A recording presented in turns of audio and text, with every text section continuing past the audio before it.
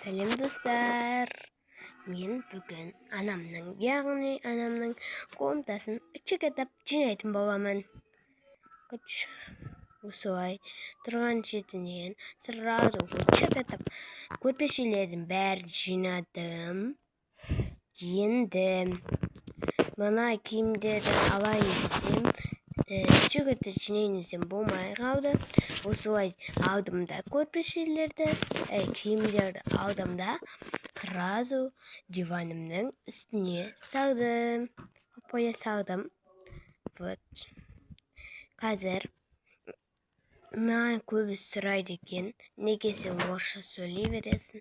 Кейде орысша сөйлеп кететінім бар. Осылай диванға қойдым. Жоқ, болмайды дедім да. Сразу үтчекетіп бір көрпенің үстіне қойдым.